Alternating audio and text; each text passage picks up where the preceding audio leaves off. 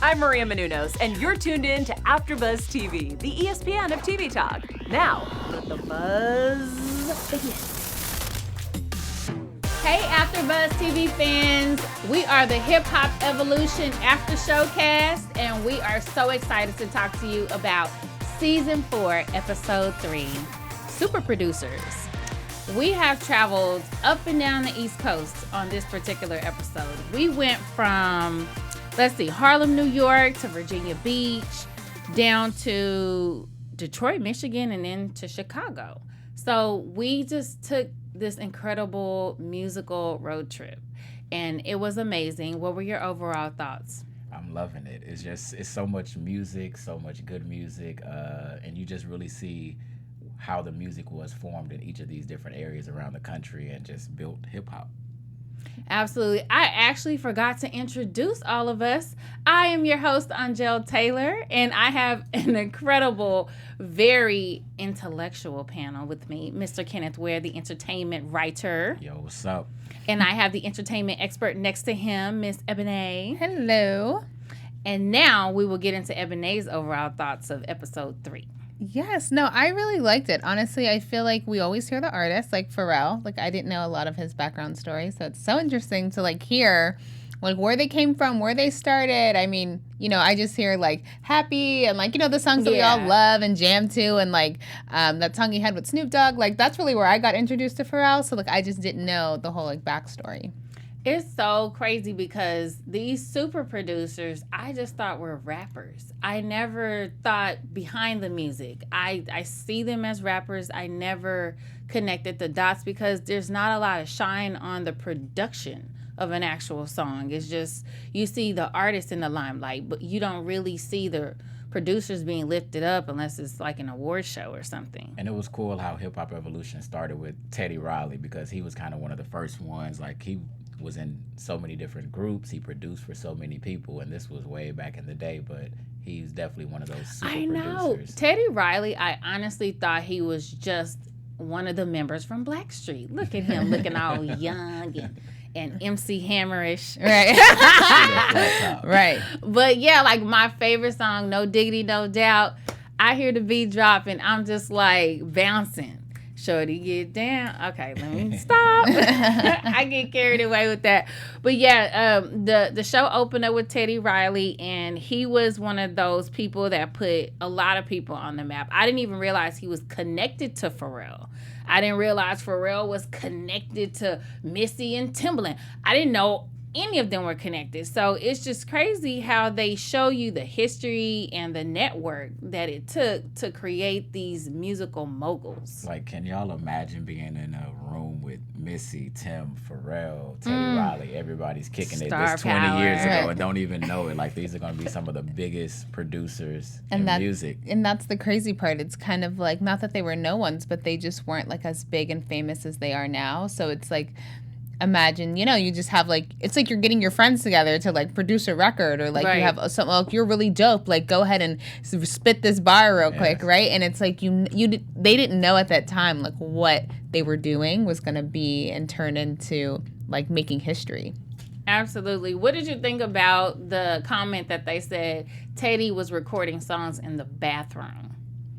I thought that was so crazy, but I mean, you have to get it done how you get it done, right? But then right. that's the funny part too. It's just you have these stars, which we see as superstars, in the bathroom, recording a song, which sounds crazy to us, but really it was just the homegirl at the time, And he's been getting it since he was 15 years old. 15, making money. Yes. And he being a legitimate professional at his craft at such a young age. And starting those talent shows in the 90s, and that's how he found, Pharrell and Hugo, the Neptunes. So, yeah, that was amazing. The early stages of producers, it kind of reminds me of that hustle and flow feel, kind of like the egg carton stapled to the wall, and you just kind of make your own environment for music. And, I mean, just the fact that they had to build their own set for acoustics, and they had to start everything from scratch and get creative because they couldn't obviously afford the equipment that it took to actually produce. But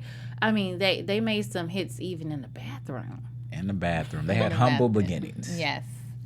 So his whole thing is New Jack Swing, and it was really how he found the whole, like, his lane for music, the New Jack Swing sound, and he just wanted you to find the love and find the beat and get up and be energized when you heard his music. So I love Teddy Riley. I know his ex-wife Letitia Gabor, so I'm like a Teddy Riley fan. We used to talk in the store about him. So yeah, big ups to Letitia.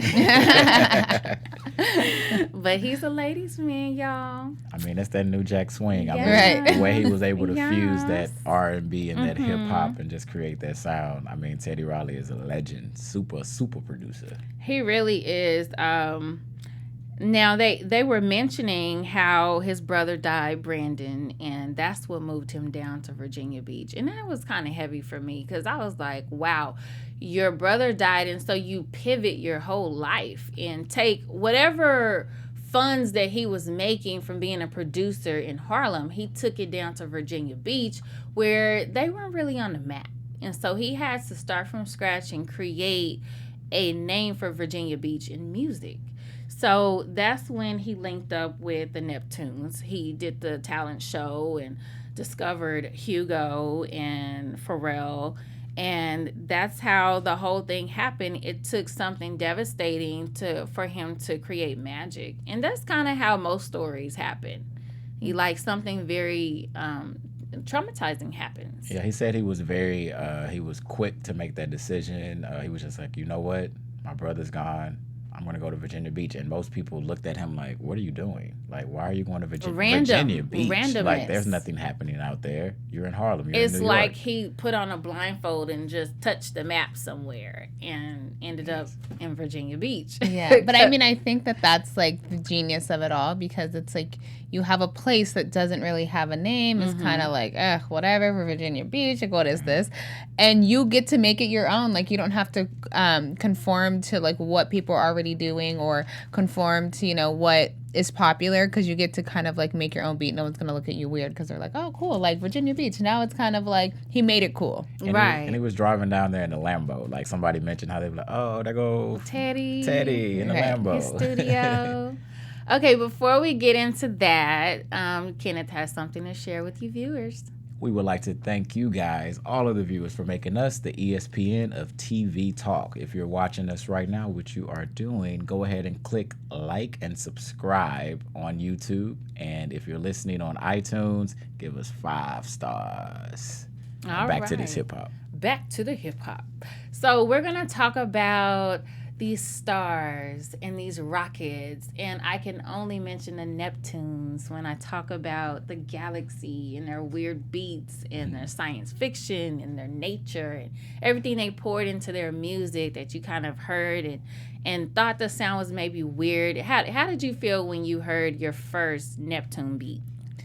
I feel like I was definitely like, it was a little before my time, but I feel like my mom's opinion, right, is what I have to go off of, like with the Missy Elliott stuff, or like even with like some of the other things they produce. I feel like my mom was kind of like, she didn't understand it, and so you could tell when people aren't understanding your craft. I feel like that's when you kind of know you have something going on, because that's going to be like the next lane that you get to create for yourself, since no one's doing it and it sounds different. Right. It does sound definitely like spacey and weird, but it has a good like beat to it though. It's not like, you know, they were like, it's so weird and so like spacey and so galaxy. Like, but I like it. Right, but at the same time it has like a heavy beat, like you could bop your head to it and you could feel the energy, especially with the artist that they chose. Yeah, absolutely. And it was able to transcend all genres of music. So that's what was so dope about the Neptunes. You couldn't put them in a box, because you like got this Asian guy and then this weird black guy. They're both nerds. So Right. I mean, it was kind of a dope mix. And then whoever knew, like Pharrell was behind the scenes to so many songs that we sing, and we didn't even know. They said that he was like 12 out of 20 songs on the radio he had produced. him and Chad Hugo. And I thought that was like the neatest thing of all, because he's not flashy. Like most people, their name, like Puff Daddy, for example, not even that he would be all in the music videos or whatever, but like they want you to know, like, I'm that guy, this is my music. And Pharrell, he just seems to be on the humble tip to me. He's Which more humble. I love, because I mean, at the end of the day, when you have millions of dollars in the bank, you do not need to be bragging about it. You know what I'm Flashy saying? for what? Exactly. Like flash, you could flash for yourself, but like he doesn't put it on. Like he's just not that type of person. Like you mentioned, like P Diddy, it's like complete opposites. Or like Diddy's like, yeah, I have this Ciroc. Yeah, I have this blot. You know, it's always something. He's very, very flashy with it. But Pharrell's very like chill, cool back. Like, listen, I got money. I don't need to flex for Yeah, y'all. he don't need about 4 or 5 diamond chains and rings and Right. earrings and, you know, teeth. The beats gonna speak for itself. Right. Those Amen. Pharrell beats always just They not. And they They pay not. for themselves. Yes. What is your favorite Neptunes beat?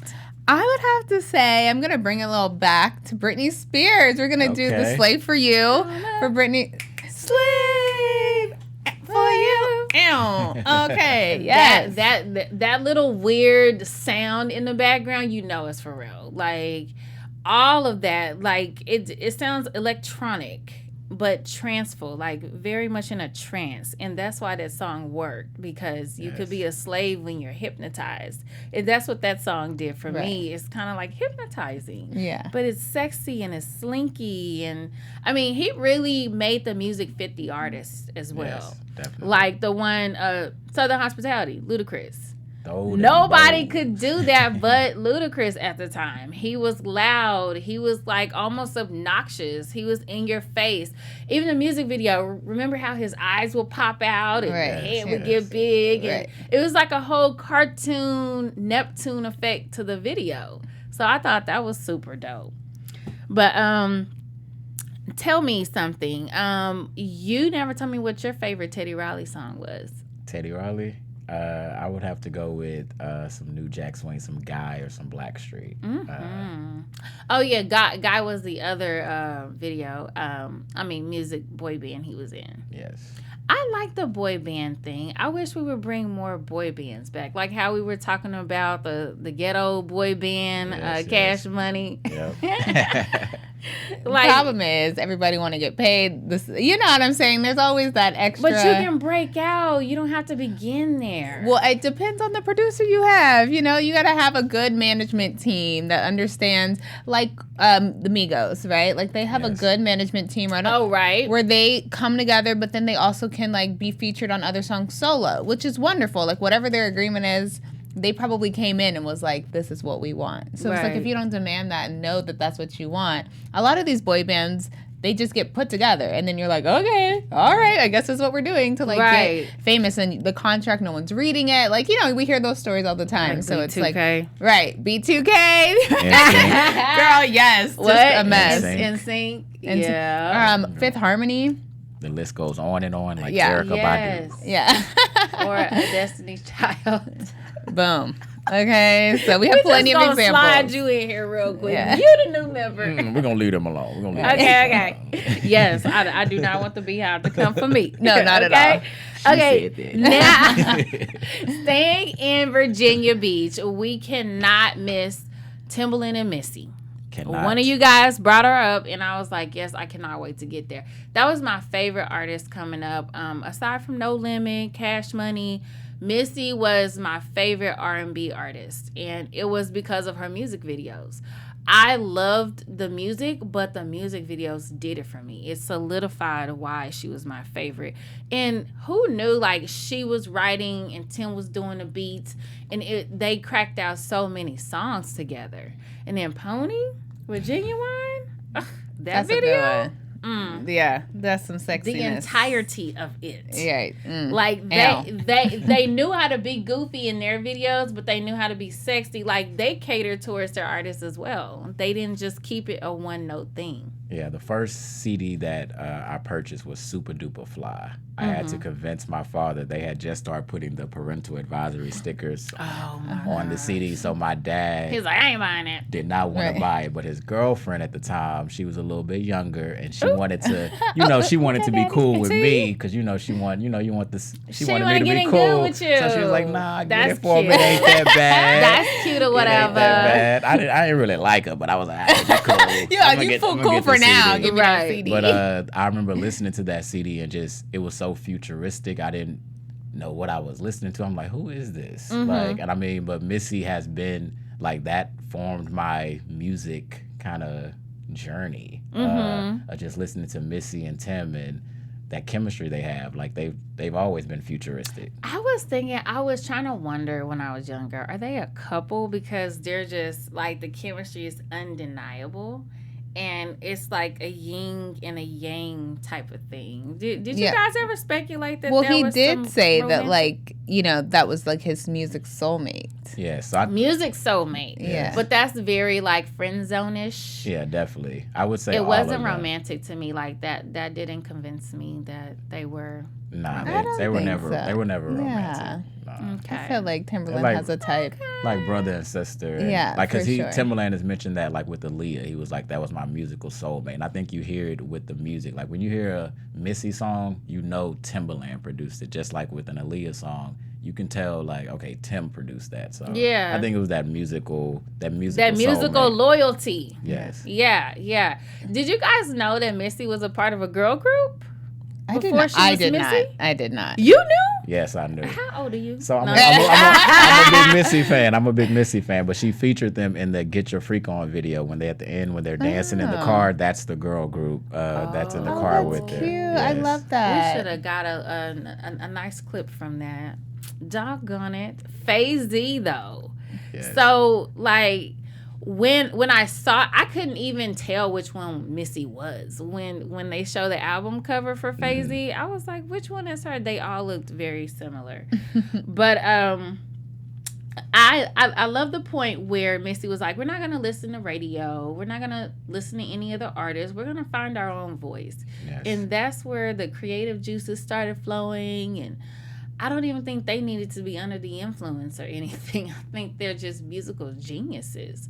And they just pulled from within. Yeah, that's super producer Yeah. DNA. No, I think that's great. Like, I like that tip when they were like, yeah, I didn't listen to anything. I mean, you can get so influenced so easily with just, what you're listening to, what you're hearing. Like, even subconsciously, if someone's, like, asking your opinion about something, or even asking, like, oh, what's your favorite color? And someone just said purple. So you're like, oh, purple, because that was, like, the last thing in your memory, So the fact that they were able to just kind of be, like, not listen to any of that stuff and kind of just like, what do I think would sound cool? Play that, play this. He was like, we went through like 100 beats just to like for her to, but she had a vision and she knew what she wanted, right? Yes. So, and then we have to drive up to Chicago, Illinois to visit Kanye, the super producer. We have to.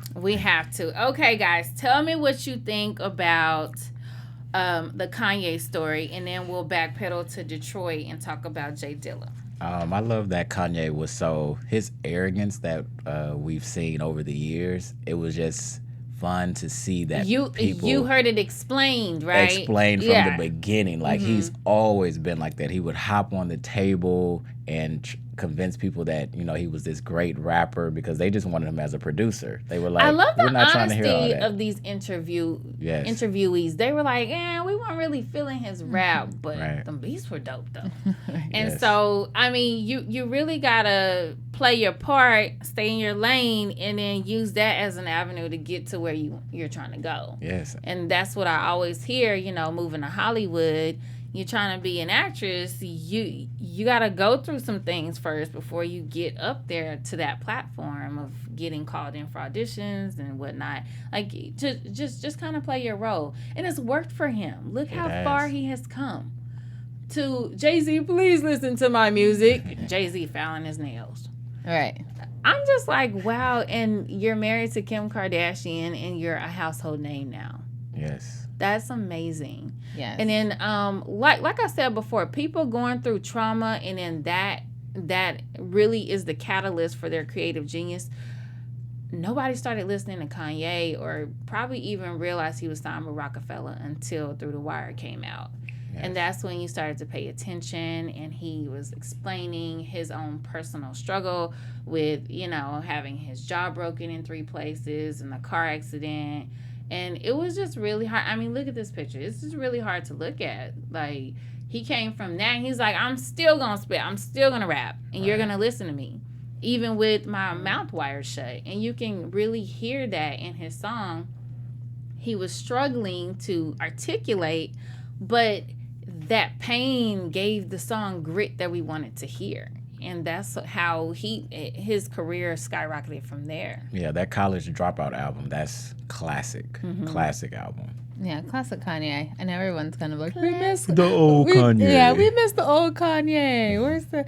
But honestly, I feel like back in the day, like, he definitely had, like, things to say. He still has things to say, right? It's just, and again, I feel like he's trying to pioneer into, like, a new lane. So he's using different beats and, like, playing with stuff and, like, trying different things. And so people don't really understand it. And so they're kind of like, all right, you're off your rocker, sir, and I'm going to need you to go back, go back to your lane. You to come on back. Okay, so let's skip on down to Detroit, Michigan. Okay, so Detroit is known for its techno beat and the Hitsville, Motown, that whole history behind it. And then they go into talk about Slum Village. I remember Slum Village. I wasn't really into Slum Village. Were you guys into Slum Village when they were out? They had some soulful, like, it was definitely a different part of hip hop. It was quirky. Yeah. Mm-hmm.